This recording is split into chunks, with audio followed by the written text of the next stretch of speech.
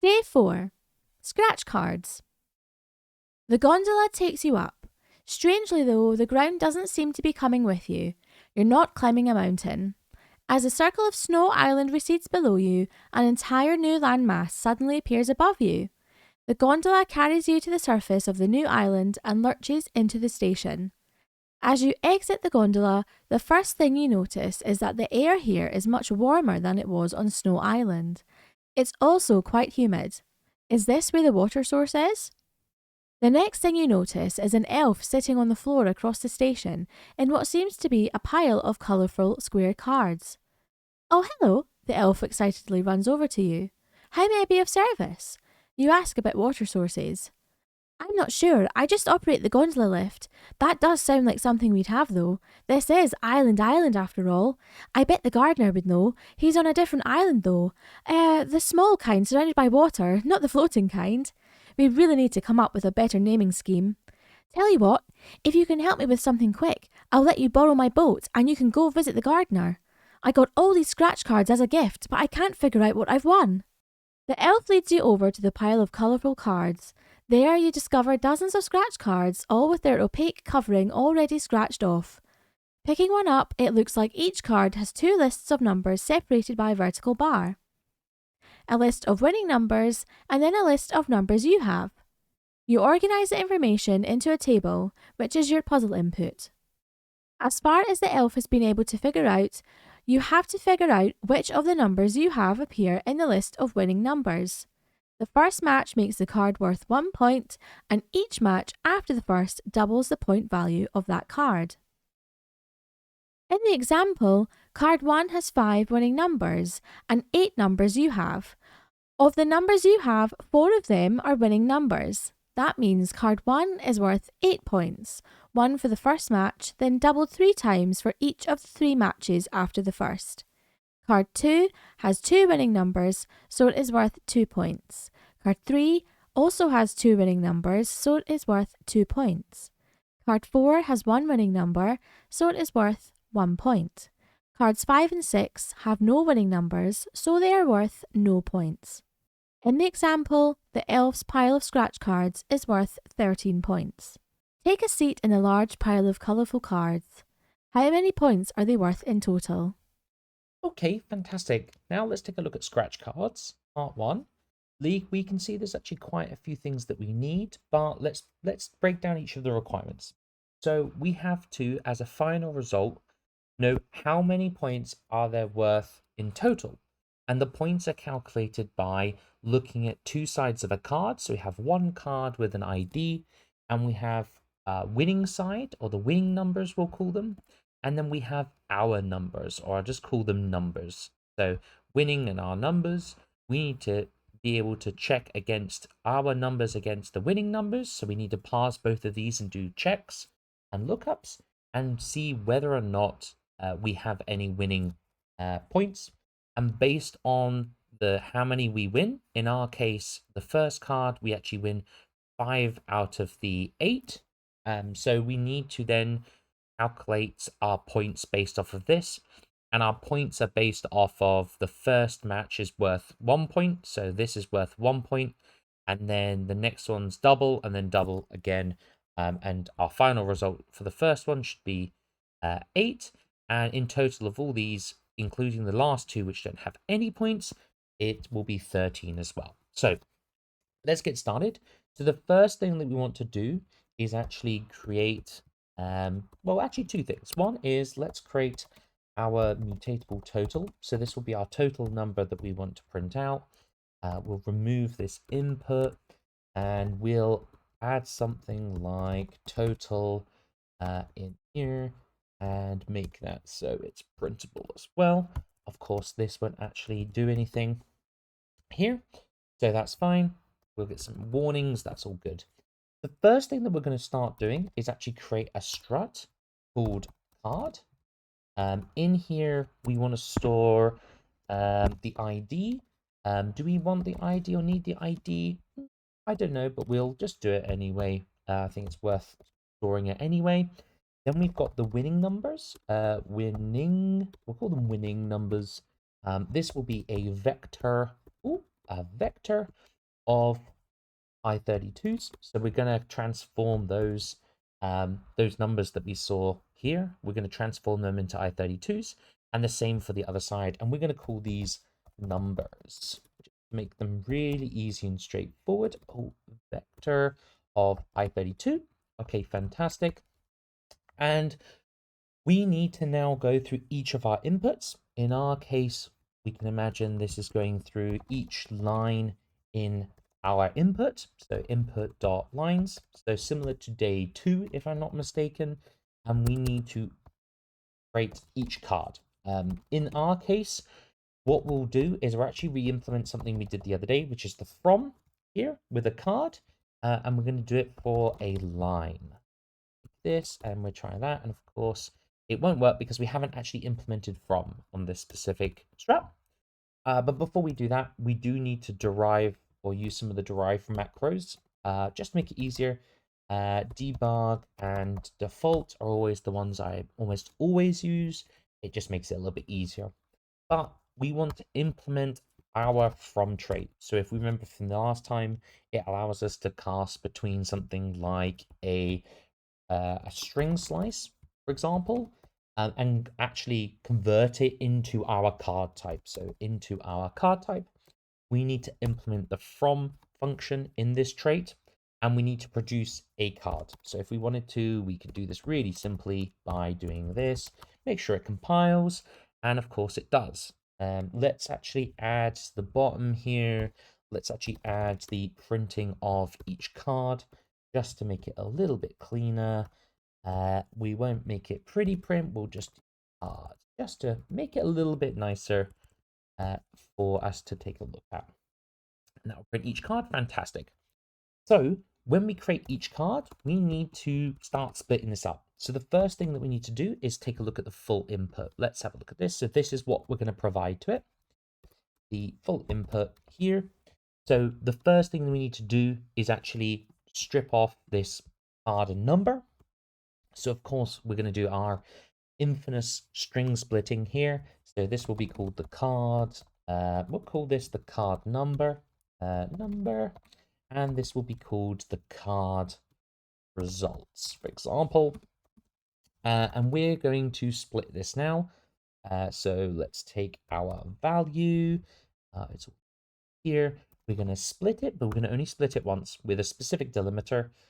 In our case, we actually want the colon and the space, just so there's not a space at the front there.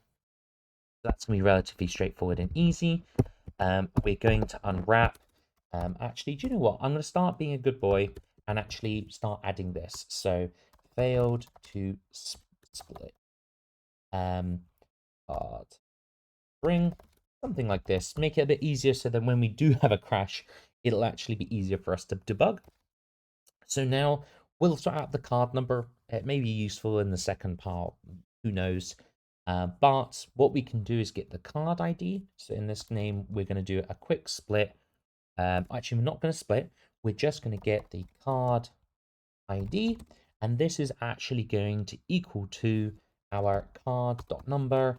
And we're going to just do a simple replace of, let's say, the card here. Do we need the space? Actually, we'll keep the space. Let's have a quick look at this. That looks fine. We'll keep the space in here. And then what we can do is do a quick replace. And then we'll do a parse. We'll give it actually, using the TurboFish syntax, we'll tell it we want to parse it into an I32. And then we're going to also use this failed to parse card. Oh, card ID. Fantastic. Add a semicolon in here. Fantastic. Ready for us to use. Of course, we haven't actually set it in our card yet. We can do that now. Oh, we can do that now by removing this, going to the bottom, adding our card, and we're just going to add our card ID. And for the other two, we'll leave for a second. So we want to create a list of winnings. So let's actually create a vector of winning I32s. Of course, how we want to do this is actually do the, actually before we're getting ahead of ourselves. We actually want to split this again. So we want to call this the winning, we'll call this winning hand. Why not? And our hand, just to make it a little bit easier. And we need to split this by with our value as well, because we need to split between X and Y here. So card results, we called it. We want to split once again. We're going to use just a single character. Do we want a single character? No, we don't want a single character. We're going to just do a quick pipe like that. And you know what? We'll do another expect as well. And we're going to call this failed to split and something like that will be nice and useful for us. Yeah, that's all good. So now we can take this winning hand. We can actually, let's start by going over, we need to split this, but we need to split by, we don't know how many. So we're going to split by a specific char. In our case, it's going to be a space. So each in between these, we want to do it. So I can't highlight for some reason, but between each ones, we want to split this by that. We want to iterate over this. So actually, I think it should be fine. I think it creates an iter actually for us. It looks like it. We want to then map over each of these, and we want to, let's take this, we'll call it a W.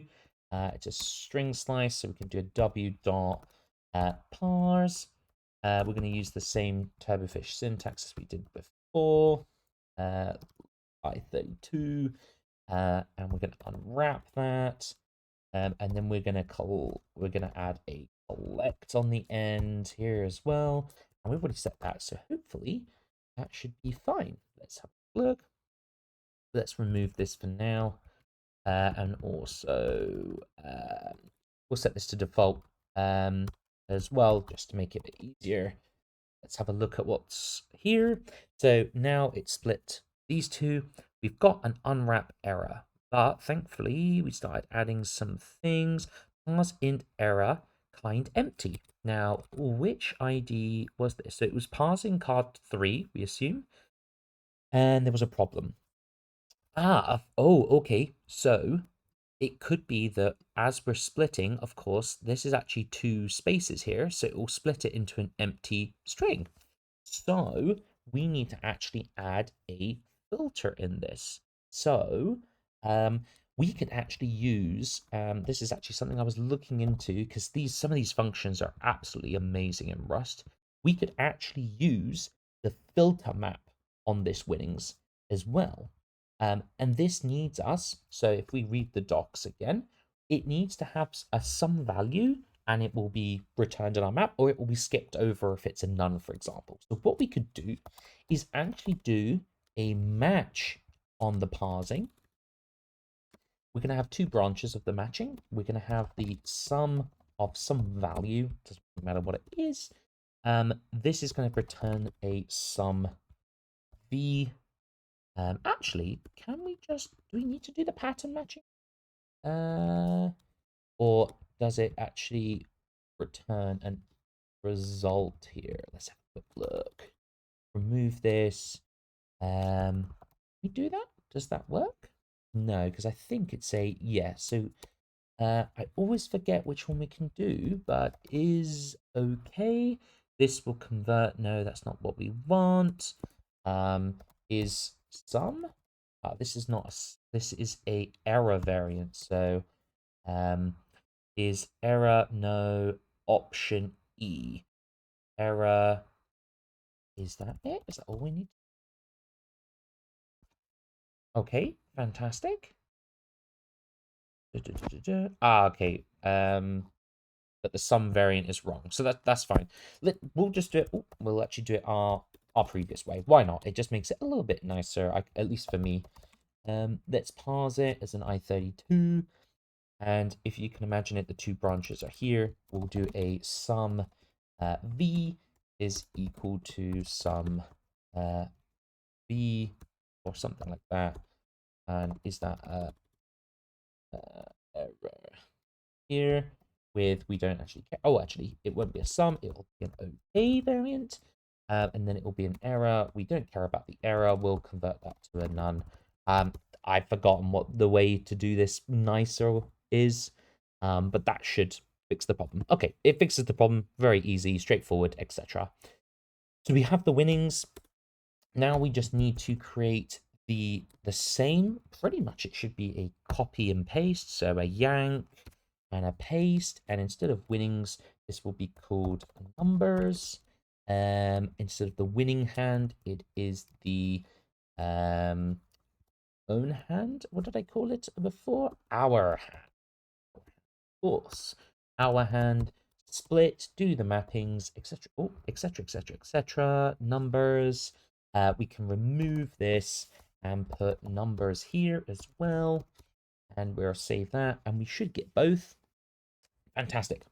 So what's the next part of this? So we've generated these numbers. What's the next part? The next part is we need to calculate the winning numbers. So based on this list, we need to calculate whether our hand is a winning hand or not. So how can we do this? We could do this by we need to create some kind of rule to say like, okay, we need to compare these two. So we could pre-calculate it actually. So my plan, my initial thought is that we could calculate a result here. But why wouldn't we create it in here? We could, oh no, we'll just create it here. We could pre-process a result or not, but I think that's fine. So we need a result. A winning hand? No, winning count. We'll call it count, for example.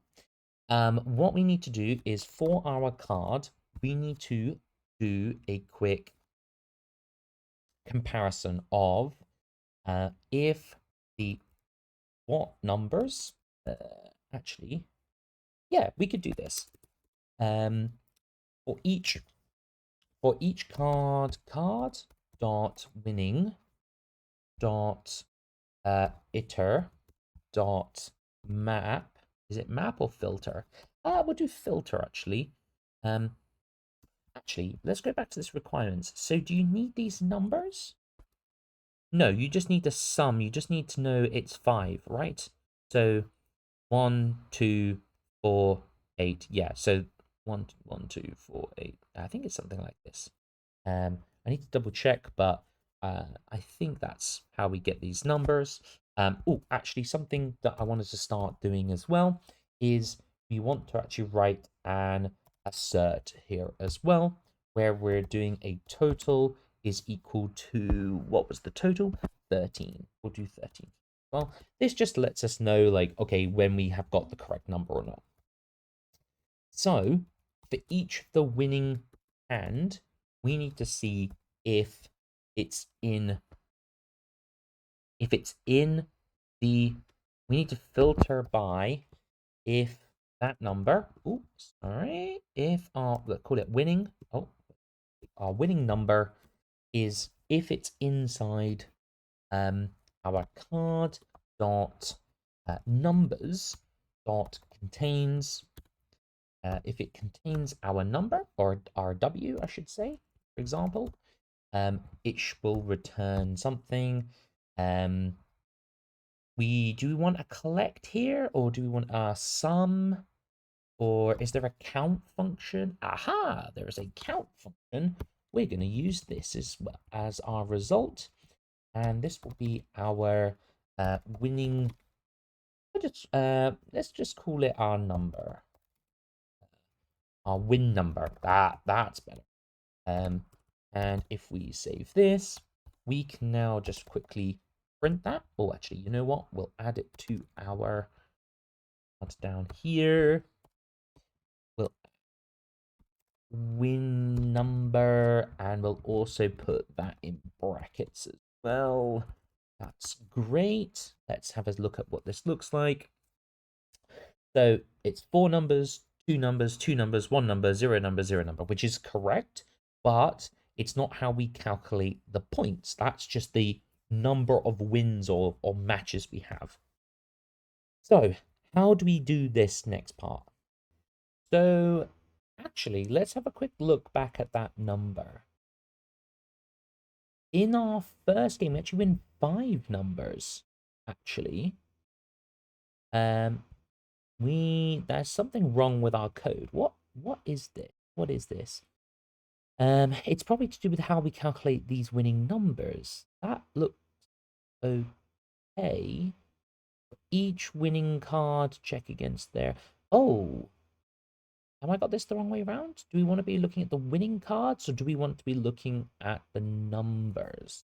Actually, let's do that. It's probably card dot numbers. Oh, numbers. Winning iterate card dot winners. If it contains within the winners, then that's correct. Let's have a quick look at that. No, that's still wrong. What is going on with this? Are the numbers incorrectly parsed? 9, 6, 41. No, not 41. Oh, 41. Where's 41 in this? 41 is a winning number. Is it? I don't see a 41 here. That's just a quick refresh. Above, card 1 has 5 winning numbers. 41. There's 41. There's 31. No, it clearly is 5 winning numbers of 41. So this must be a 41. So there must be a mistake in this input. Okay, interesting. Okay, oh well, we'll carry on and see what we can do. Hopefully, maybe there's something wrong. I swear I saw this earlier. Okay, no, this is wrong. So 41's here, and there is no 41 here. Just going over each one of them, there is no 41. There's a 48. There's a 31. Maybe that was supposed to be a 31, but for some reason, even when I refresh, this is not correct. There's no 41 here.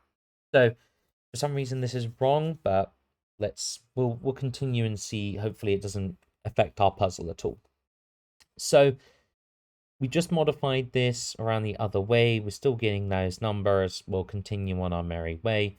Maybe what we can actually do is change our input to be something like day 4. Oh, day 4.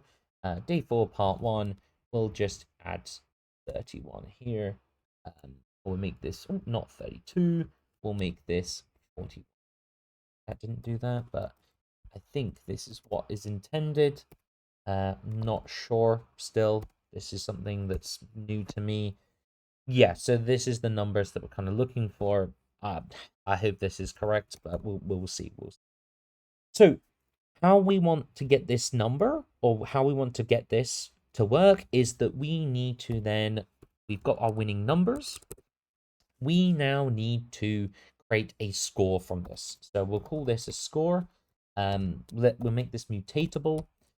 This will be just probably an I32 or something like that. Yeah, I32. And what we want to do is iterate over each of our numbers.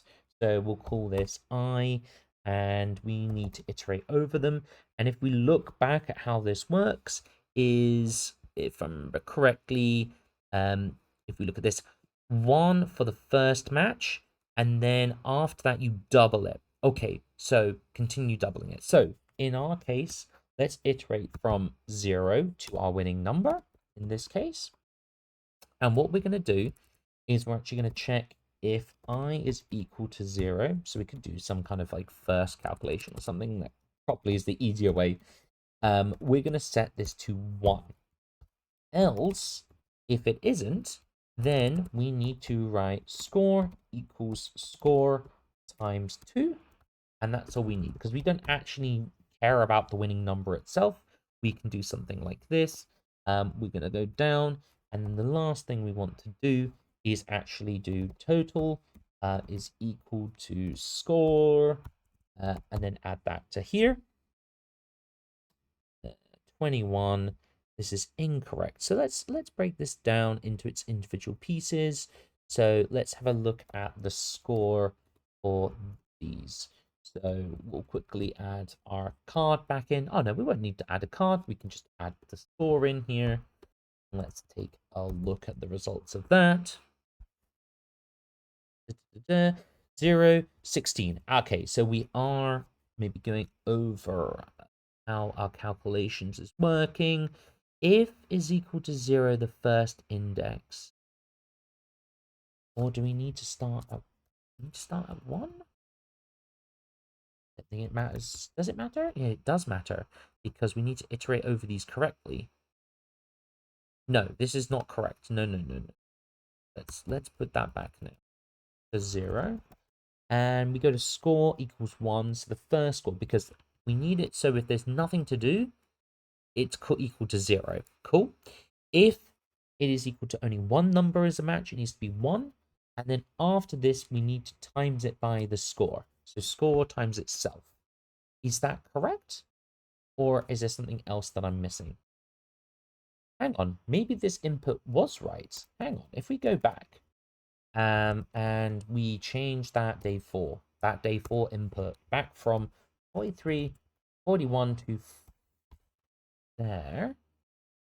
Okay, we're now getting the correct input. Okay, that's really odd. So if we have a look at this big table, okay, that looks fine. And let's just try this. Let's just try this because this is feeling very odd, but we want to do this. Okay, we've got an invalid digit, probably some parsing error. Hang on, look at this massive gap here. Okay, so that's something we didn't account for in our code. We'll go back and readjust this. It's to do with, and we saw it earlier, yeah, there it is there, failed to parse the card ID. So that's up the top here. It's most likely the way we're doing this, we're replacing it. We can actually add a trim in here. So before we parse it, we just trim it down as well. So we have got 24,706. So let's just take this input. Let's see if that's correct. My understanding is this is correct, but maybe... Oh, so there you go. So it was correct. Maybe the advent of code example was wrong. So thankfully we fixed part 1, although there was maybe some confusion there. But actually it seems that we got most of our calculations right. So now we can move on to part 2. Part 2. Just as you're about to report your findings to the elf, one of you realises that the rules have actually been printed on the back of every card this whole time. There's no such thing as points. Instead, scratch cards only cause you to win more scratch cards equal to the number of winning numbers you have. Specifically, you win copies of the scratch cards below the winning card equal to the number of matches. So if card 10 were to have 5 matching numbers, you would win 1 copy of each card's 11, 12, 13, 14 and 15. Copies of scratch cards are scored like normal scratch cards and have the same card number as the card they copied.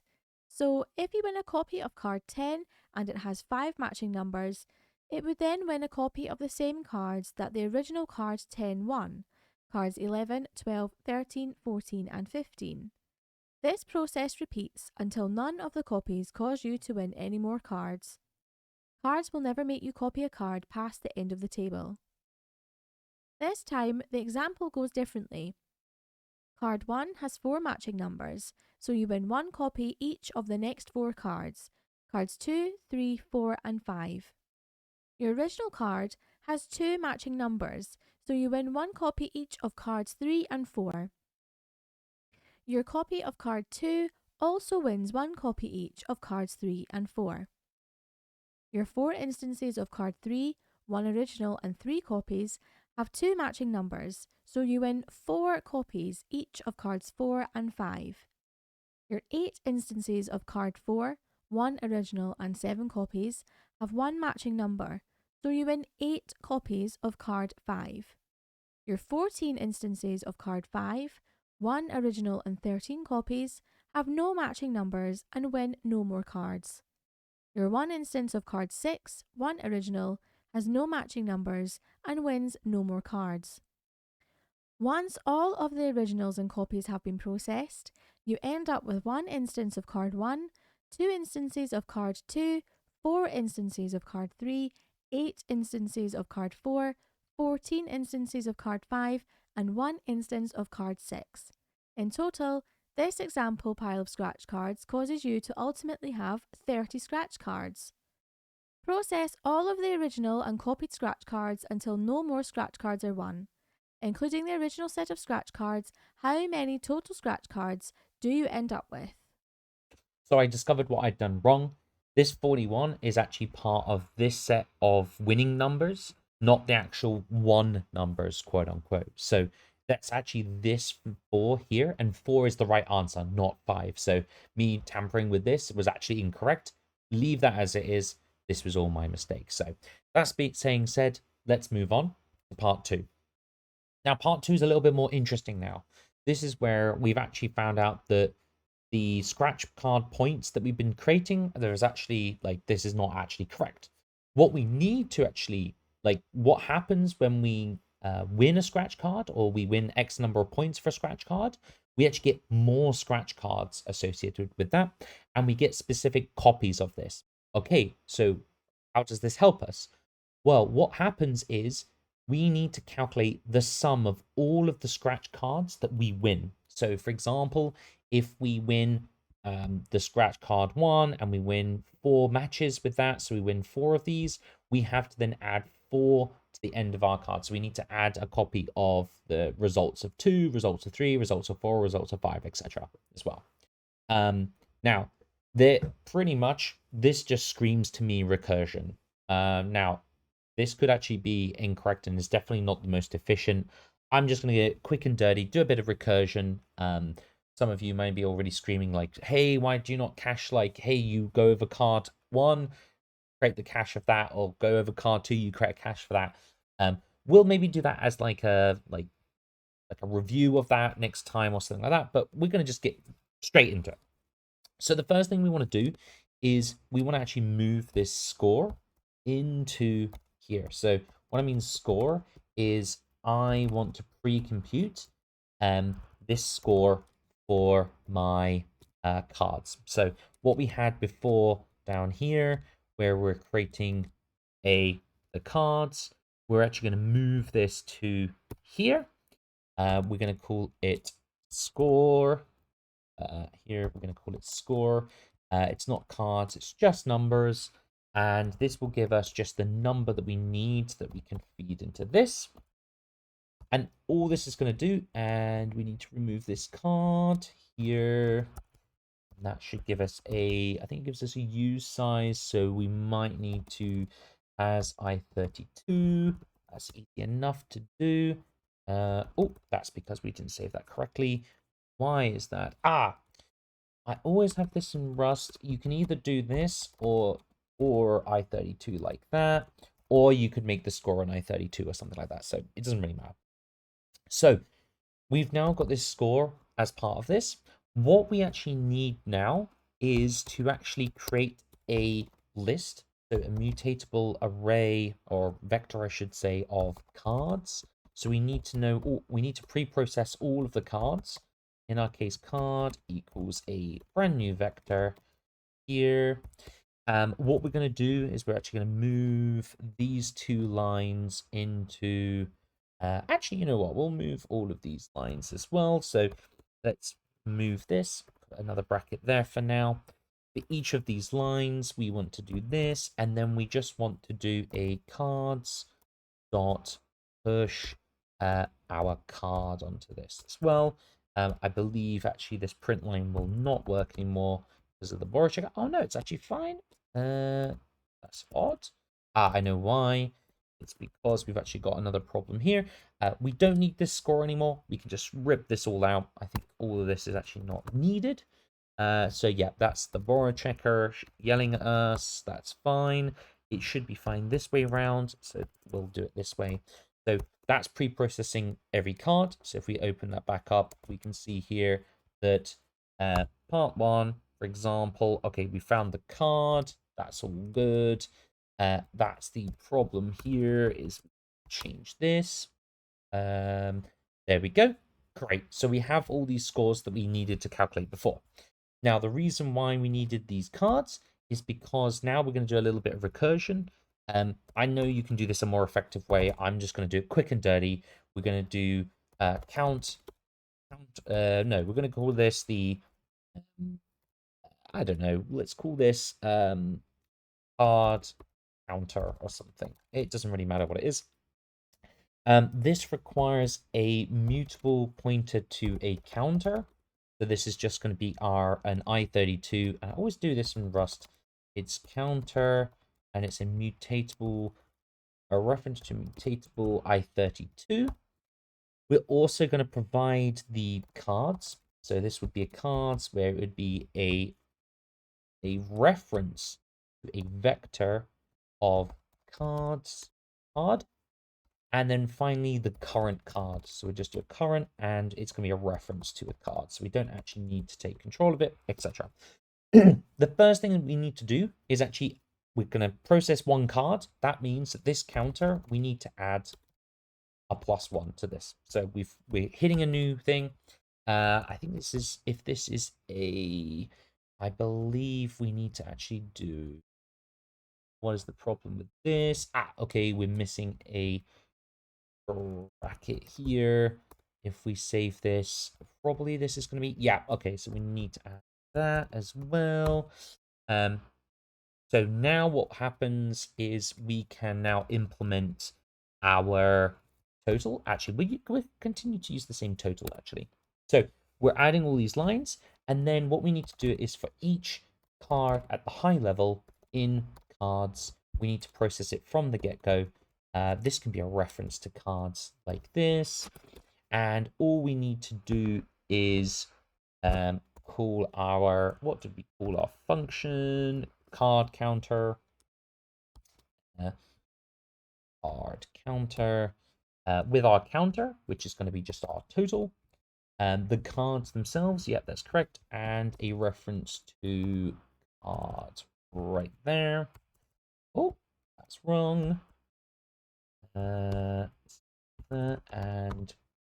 that. Oh, of course, this needs to be a reference, a mutatable reference to total, and we run that. Okay, it's produced us a result. It's equal to 6. That's not correct.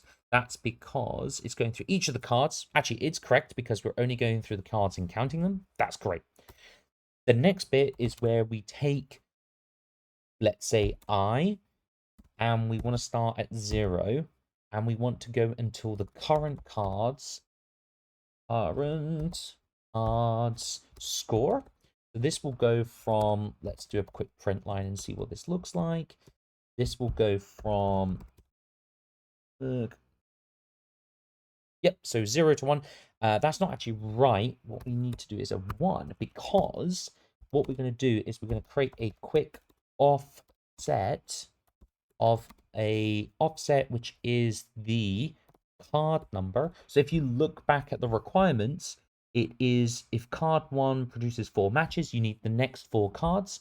So what we need to do is actually create an offset with current.id and then plus I. And the reason for starting at 0, or starting at 1, sorry, is because when the first card comes to, we need to get that. So that's great. Then what we can do is get a card. So in our case, we could do cards.get offset. I think it needs to be a reference to offset, if I'm not mistaken. And this needs to then be unwrapped, etc. So if we run that now, is that correct? Of course, it needs to be a U size in Rust to do that. Is that right? Oh yeah, that's fine. We don't need this anymore. Cool. We're doing that. Excellent. And then all we need to do is then call card counter with all the different variables that we need.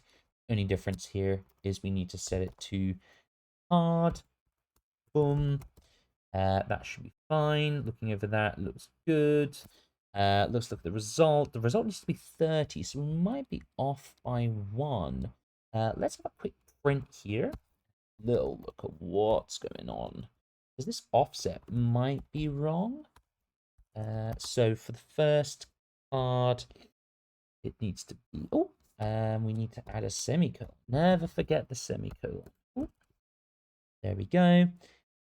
And then when we do this, okay, so it's getting 2, and then it's not getting 3. Oh, very interesting. Very interesting. So the first card that's got print all the cards, it gets the 2. Actually, do you know what we'll do? We'll move this print line so it's a little bit more understandable. We can do here. We'll add that there. Oh, W, that's not the right one. Let's save that, rerun that. Okay, so it's getting 2, 2, and then 4. Okay, interesting. Maybe it's to do with our counter here, where it's counter +1, the offset. We're doing the offset by 1, current score. Do we need to set it to 0? Is that what the problem is? No. Because what should happen? Oh, let's have a look at that. Let's have a look at these results. Yeah, okay. So getting 1, counting itself 1. Oh, of course. The index wouldn't. Yes, because the ID will be 1. Yeah, okay. So we need to start at 0, get ID 2, etc. Okay, cool. So let's remove this. Okay, that's fine. Let's scroll down. That needs to be 30. Okay, that's great. Let's now do the full text here. Run that now. It's going to be quite a large number. Let's take a copy of this. So it's like 13 million odd. And we're going to go into here, submit it, and see what happens. And fantastic. That's us done. That's us done part 2. We completed day 4 now. Join us tomorrow for the next one of Advent of Code. Thank you very much for listening, and take care.